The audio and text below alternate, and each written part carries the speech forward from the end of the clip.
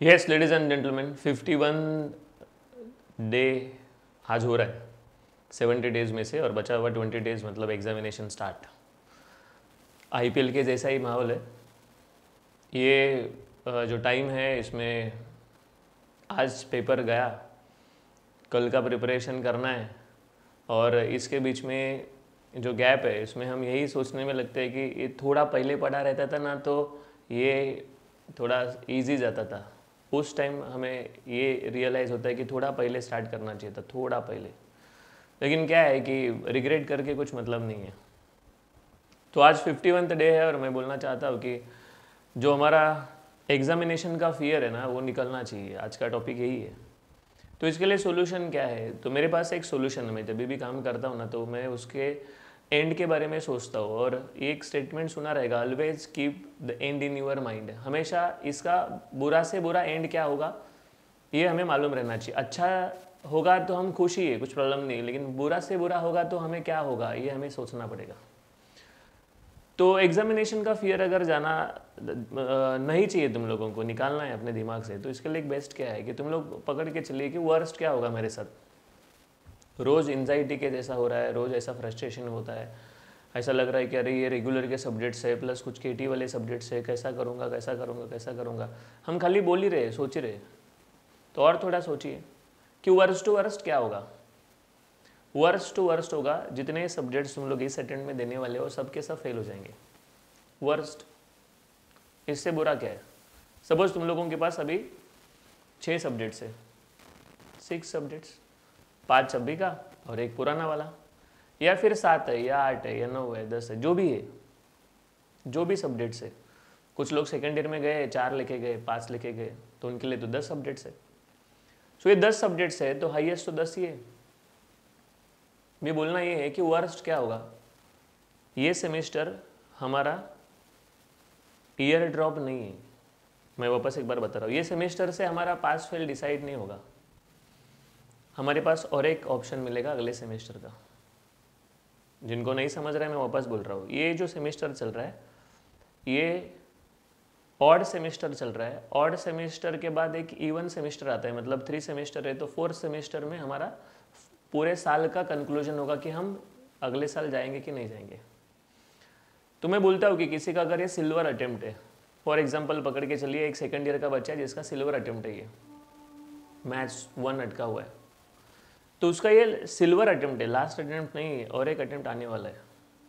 मैं बोल रहा हूँ कि माइनस में मत जाइए, मैं तुम लोगों का माइंडसेट रेडी कर रहा हूँ। मैं नहीं चाहता कि तुम लोग फेल हो जाओ, तुम लोग पास हो जाओ, सही से निकल जाओ, एंजॉय करो लाइफ को, लेकिन खुद को समझाइए कि बुरा से बुरा क्या होगा कि इसमें अटक गया, मैं 10 के 10 अटक गया, और क्या करें। निकलना तो 10 चाहिए था, हमने सोचा था, लेकिन अटक गया तो क्या करेंगे। अगर 10 अटक रहा है तो फिर अगले सेमेस्टर में वापस ताकत लगाना पड़ेगा, फिर वो सिल्वर गोल्डन वाले पहले निकालने पड़ेंगे, फिर ये साइकिल चलते रहेगा। लेकिन आगे 4-5 महीने का टाइम है, तो अगला वाला बाद में बात करते हैं। अभी हम इस सेमेस्टर के बारे में बात करते हैं। अगर तुम लोगों को टेंशन निकालना है तो तुम लोग खुद को समझ कर चलिए कि जितना सब्जेक्ट है अगर वो बैक आया तो क्या, वर्स्ट टू वर्स्ट बैक आएगा, और क्या होगा। अभी ये एंड है अपने दिमाग में, अभी एंड को हम और अच्छा करने के बारे में सोचने चाहिए। अगर मेरे 10 है तो क्या मैं अभी 10 का प्रिपरेशन करूँ, या मैं 8 का प्रिपरेशन करूँ, या मैं 9 का प्रिपरेशन करूँ, ये तुम लोग प्लान कीजिए। वैसा तो मैंने 10 बुरा से बुरा 10 पकड़ के रखा है, लेकिन अगर निकला 6 तो अच्छा है, 4 ही बचेगा, निकला 8 तो 2 ही बचेगा, निकला 10 तो मैं ऑल क्लियर हो गया। तो ये थोड़ा रिलीफ देगा तुम लोगों के। अच्छा ठीक है, वर्स्ट टू वर्स्ट क्या होगा बुरा, मतलब अगर मैं बोलता हूँ कि कोई इंसान जॉब पे है, उसको निकाला है तो क्या होगा वर्स्ट टू वर्स्ट। ठीक है 2-3 महीने प्रॉब्लम होगा, लेकिन जिंदा तो रहेगा। हर इंसान कैसा ना कैसा जिंदा रहता ही है। तो वर्स्ट अपने लाइफ में है कि सब कुछ बैक आया तो क्या होगा, ये सोचिए। तो क्या होगा, घर वाले चिल्लाएंगे, मुझे और पढ़ना पड़ेगा, ये होगा, मेरा सब कुछ सेक्रीफाइस होगा, मुझे बहुत मेहनत करना पड़ेगा, यही ना। अगर तुम लोग रेडी है ये सब करने के लिए तो फिर हो जाएगा। और जो बच्चा इतना सब सोचता है ना उसका ये परिस्थिति आता ही नहीं है, एग्जामिनेशन का फियर होता ही नहीं है। तो जिनके दिमाग में एग्जामिनेशन का फियर है, कीप इन माइंड कि अच्छा मेरा बुरा से बुरा वक्त ये है कि सब अटक जाएगा बस, ठीक है। लेकिन ये सोचकर मैं पढ़ाई बंद नहीं करूँगा, ये सोचकर मैं पढ़ाई और करूँगा। चलो मैं 10 है ना या 6 है ना, चलो मैं प्रिपरेशन करता हूँ, मैं 6 का 6 निकालने का ट्राई करता हूँ। तो ये तुम लोग always keep the end in your mind, ये कंसेप्ट से चलोगे तो तुम लोगों का डर निकल जाएगा। नहीं तो रोज़ उठ रहा है, टेंशन आया यार कैसा करेंगे, दोपहर को टेंशन है, शाम को खाना कम खा रहा है, घर वाले टेंशन है, टेंशन में है कि यार क्या हुआ तेरे को, क्या हुआ। तुम लोग ये जो भी सोचते रहोगे, अरे टेंशन है, टेंशन टेंशन बोलकर कुछ होता नहीं है, उसके ऊपर एक्ट करके काम करके टेंशन निकल सकता है।